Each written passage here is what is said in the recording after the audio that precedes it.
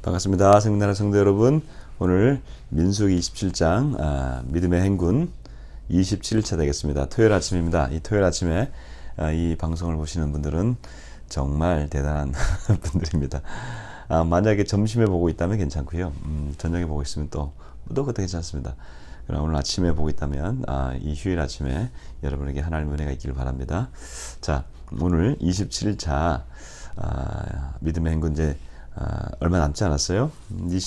이게 36장까지 가니까 정말 이제 얼마 남지 않은 거죠. 한 일주일 정도 남은 거. 일주일 더 되나? 일주일 더 되겠구나. 한 10일 정도 남은 겁니다. 참 시간이 빠르죠. 자, 이제 오늘 말씀 잠깐 보겠는데요. 오늘 말씀은 두 가지 사건으로 이어지고 있습니다. 첫 번째 사건은 슬로보앗이라고 하는 가정에서 그 아버지가 죽었어요. 그러니까 이 딸들이 오는데 아들이 없이 죽었다는 거예요. 고대 사회에서 아들이 없다고 하는 것은 이제 굉장한 좀 어려움을 얘기하는 것이죠. 이 슬로브핫은 어디냐면 이스라엘의 12지파 중에서 므낫세 지파에서 나온 사람입니다. 근데 그 사람이 죽었는데 아들이 없이 죽었어요. 예. 카톡이 열리네. 그래서 아들이 없이 죽으니까 딸들이 와가지고 이제 모세한테 이렇게 얘기하는 거예요. 모세요, 우리 아버지가 죽을 때 아들이 없습니다. 그러면 오늘 율법에 보니까 아들에게만 그 기업, 이제 가나안 땅에 들어가면 기업을 땅으로 받잖아요. 그 이제 땅을 받으면 이게 대대로 물려가는 건데 아들이 없으면 우리는 어떡합니까? 우리는 딸들밖에 없는데 그럼 우리의 몫인 이 땅이 뺏기는 겁니까? 이러는 거죠. 그러니까 하나님이 모세에게 하나님이 이제 이렇게 말씀하세요. 모세야, 그들의 말이 맞다. 아들이 없다고 해서 그 땅이 뺏기면 안 되지 않겠냐. 그래서 요거는 특별하게 딸이 그 아들이 없으면 그 땅을 딸에게 돌려라 라고 얘기하는 거예요. 그래서 아주 특별한 법이 이제 세워집니다. 아들이 없는 경우에는 딸에게 주는 걸로. 그러면 딸도 없어요. 그러면 그 위에 있는 형제들이 있을 거 아니에요. 그렇죠? 그 위에 딸을 낳은 아버지의 형제들에게 그 땅이 들어가서 이게 계속해서 그 기업 가문에 있을 수 있도록 땅이 머물 수 있도록. 그래서 땅이 없다, 아들이 없거나 이 상속자가 없다고 해가지고 이 땅이 다른 가문으로, 다른 지파로 넘어가지 않도록 하나님이 특별하게 보호해 주시는 것입니다. 이건 무슨 것을 말할까요? 이래야 12지파가 나중에 이게 흩어져도 다시 땅을 가지고 나올 수 있다는 거예요.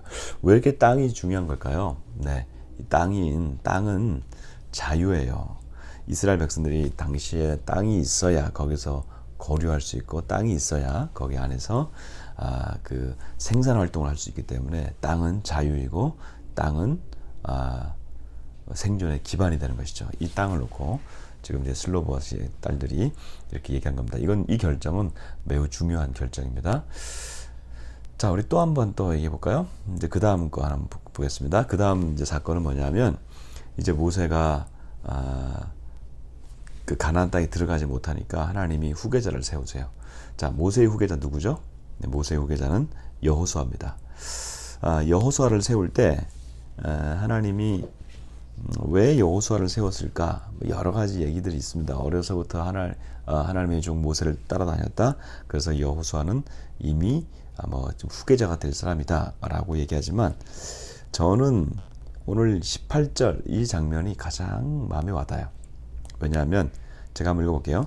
여호와께서 모세에게 이르시되 눈의 아들 여호수아는 그 안에 영이 머무는 자니 너는 데려다가 그에게 안수하고.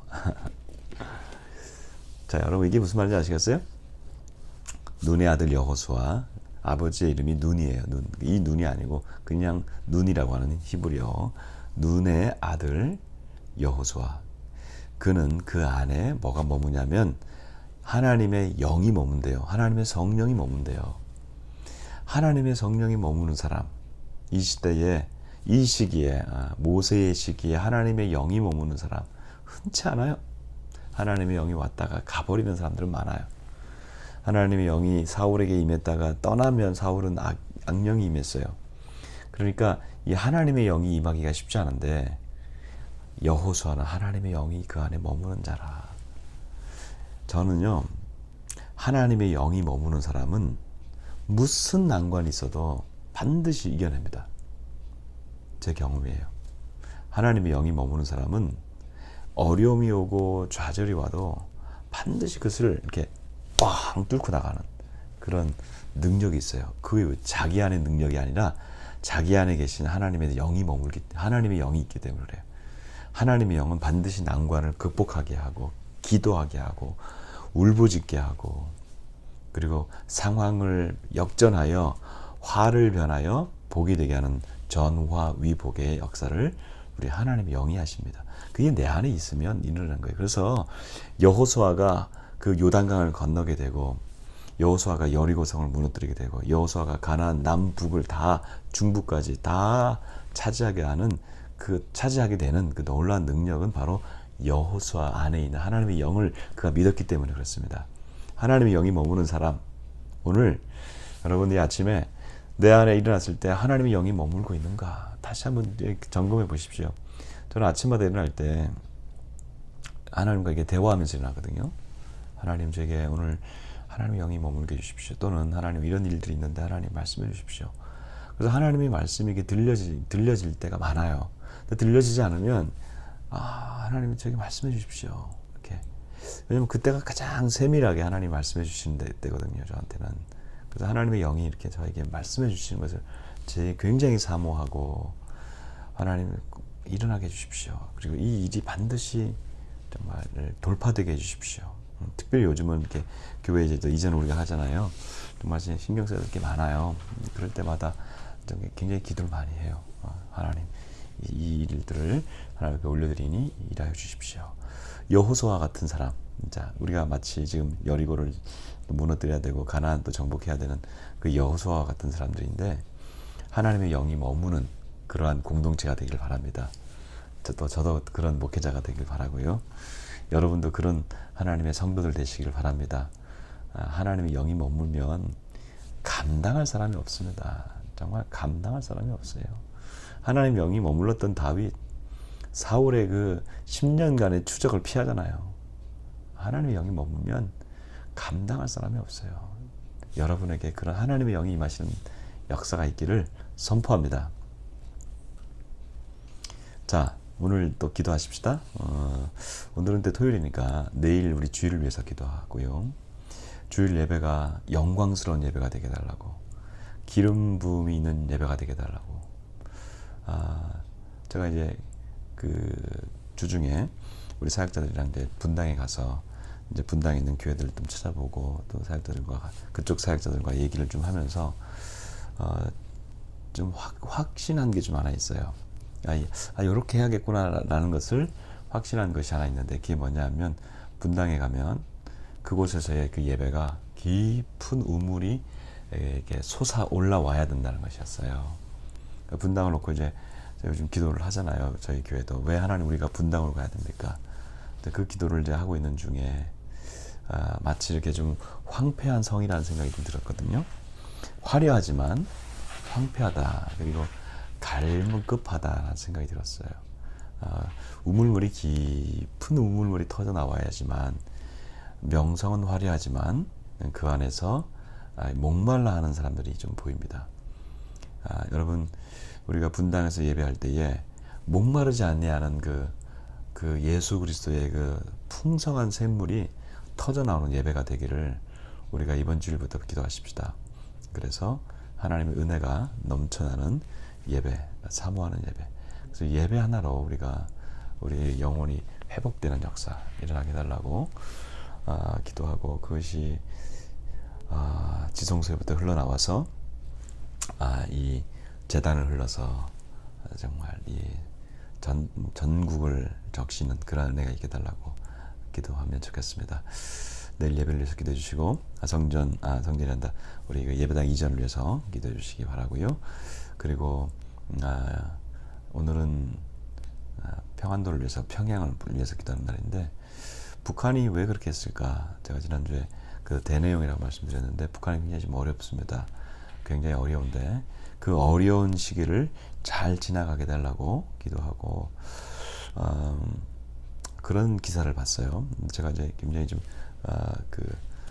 인사이트가 있어서 제가 좀 나누기로 원하는데, 세계 경제가 20세기 들어서, 특히 20세기 후반에 들어서 굉장히 좀 폭락할 때가 있었는데, 그럴 때마다 그 뒤에 1년 정도 지나면은 세계 독재 정권들이 다 무너졌다는 거예요. 왜냐하면 경제로 인해서 독재 정권이 결국 무너졌다는 것인데, 2000년대 초반에 저쪽 동유럽에 있는 국가들이 그렇게 무너지기 시작했고요.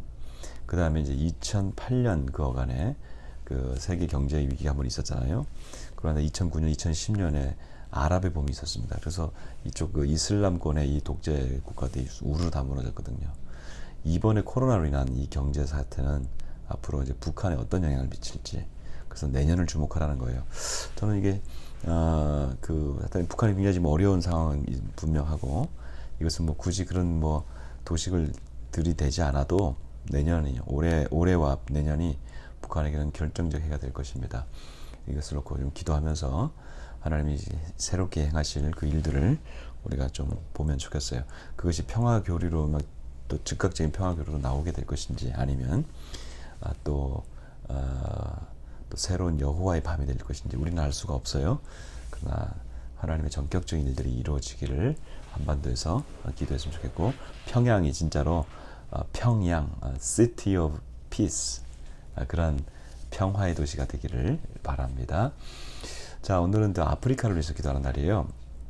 아프리카를 위해서 기도할 때마다 저는 참 너무 먼 나라예요. 제가 대륙들을 다 가보지는 못했고, 남아메리카를, 남미를 못 가봤고, 아프리카를 못 가봤지만, 아프리카는 참 먼 나라예요. 그래서 제가 할 때마다 이게 뭐지? 라는 생각이 들긴 하는데, 오늘은 한 나라를 딱 이렇게 좀 집었는데, 그 나라가 어디냐면 에티오피아 옆에 있는 소말리아입니다. 여러분 소말리아 많이 들어보셨죠? 소말리아는 그 아프리카가 이렇게 있으면 동쪽에 붙어 있는 땅인데, 그 소말리아는 그 예전부터 이티오피아가 있고, 이티오피아 옆에 이제 이집트가 있거든요. 그리고 이제 그 옆에 이제 수단이 있고, 그러니까 그 나라들이 이게 지금 지중해랑 붙어가지고, 지중해가 아니라 그 홍해랑 붙어가지고, 이게 이제 중동이랑 붙어 있는 나라들입니다. 그러니까 중동과 많은 무역을 했던 나라들이에요. 이집트가 워낙에 컸잖아요, 애굽이. 그 다음에 수단, 그 다음에 이티오피아, 그 다음에 이제 그 소말리아인데, 그래서 소말리아도 이게 바다를 끼고 있고 중동과 연결돼 있어서 이게 굉장히 부유했던 나라고, 그런데 종교적으로는 중동과 같이 붙어있다 보니까 이게 이슬람을 받아들였습니다. 그래서 여러분 그 소말리아 보시면 항상 우리나라 한국 어선들을 납치하는 나라가 바로 그 소말리아잖아요. 그쪽이 바로 바다랑 붙어 있으니까 우리나라 원양 어선들이 거기를 많이 지나가는데, 왜 우리나라 원양 어선들을 잡겠습니까? 못 사니까 그런 거예요. 근데 이슬람이 들어가고 그 무역을 해서 잘 흥왕했던 나라들이 이렇게 쪼드라들고 못 살기 시작하니까 해적이 되어지고, 오늘날 21세기 해적이란 말이 이게 말이 됩니까? 그러니까 우리나라인데 거기 가가지고 그래서 잡히니까 우리나라 그 군대가 거기까지 파견돼 가지고 그쪽 지역을 지키잖아요. 그만큼 이 소말리아가 아프리카에서 좀 빈국입니다. 그래서 참 기도하고 오늘 안타까운 마음이 드는 것은, 우리나라에까지도 이게 좀 원양어선을 해적질하는 그 나라가, 주님 돌아오게 해주십시오. 주님 그 나라가 다시 복을 받게 해주십시오.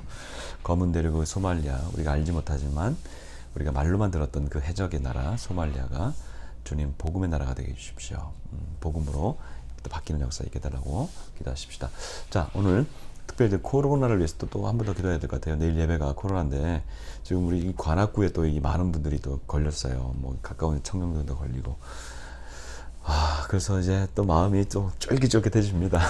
내일 예배가 또 어떻게 될까? 쫄깃쫄깃해지지만, 이 쫄깃쫄깃해지면서 우리에는 또 어떤 게 있어요? 믿음으로 또 강하게 또 이렇게 주님을 더 의지하고 의뢰하게 되죠. 내일 예배 가운데 하나님 은혜를 주십시오. 그리고 내일 예배 가운데 하나님 강력하게 하나님 붙들어 주셔서 이 코로나가 틈도 타지 못하도록 하나님 붙들어 주십시오. 지금 이전에 이 과정 가운데 하나님 이런 또 코로나가 들어오면 안 되겠습니다. 하나님 붙들어 주시고 역사해 주십시오. 이 한국에 코로나가 빨리 종식되게 해주십시오. 세계 코로나가 종식되는 역사 있게 해주십시오. 우리 같이 한번 이것을 놓고 기도하면서 또 이제 한 달을 시작하겠습니다. 기도하십시다. 하나님 감사합니다. 하나님 주께서 하나님 슬로보아스의 딸들에게도 하나님 이렇게 딸들에게도 하나님 이 땅을 나눠주셔서 그 가문이 또 하나님 살아갈 수 있는 여건들 주신 거 감사합니다. 인애의 하나님, 자비의 하나님 찬양합니다. 우리에게도 하나님 그러한 은혜를 허락하여 주옵소서. 하나님 또 여호수아에게 하나님 또 이 성령의 하나님 내주 성령의 머무심을 보면서 우리도 하나님 그렇게 성령 따라서 움직일 수 있게 하시니 감사합니다. 하나님 이 아침에 기도합니다. 성령의 사람 되게 하여 주옵소서. 성령으로 인도함 받게 하여 주옵소서. 내일 예배도 하나님 성령으로 충만케 하여 주셔서 코로나가 떠나게 하여 주옵시고 악한 것들이 틈도 못하는 역사가 있게 하여 주옵소서. 하나님 특별히 하나님 평양에 하나님 이 시티 오브 피스 하나님 정말로 평화의 도시로 하나님 소개해 주시고 이 한반도에 새로운 일들을 하나님 이루어 주옵소서. 특별히 기도합니다. 하나님 특별히 하나님 또 아프리카를 위하여 기도합니다. 우리가 그동안 하나님 이렇게 많은 선교를 했지만 주님 아직까지도 하나님 수많은 영혼들이 굶주리며 하나님 우리들에게 복음을 달라고 말하고 있습니다. 그 소말리아의 그 땅 정말 처절하게 하나님 아픔이 있고 죽음이 있는 그 땅을 다시금 살려주셔서 이 시간 선포합니다. 소말리아가 주님의 땅 되게 하여 주옵소서. 감사합니다. 내일 예배 가운데 하나님 함께 해주시길 원하며 예수님의 이름으로 기도드립니다. 아멘.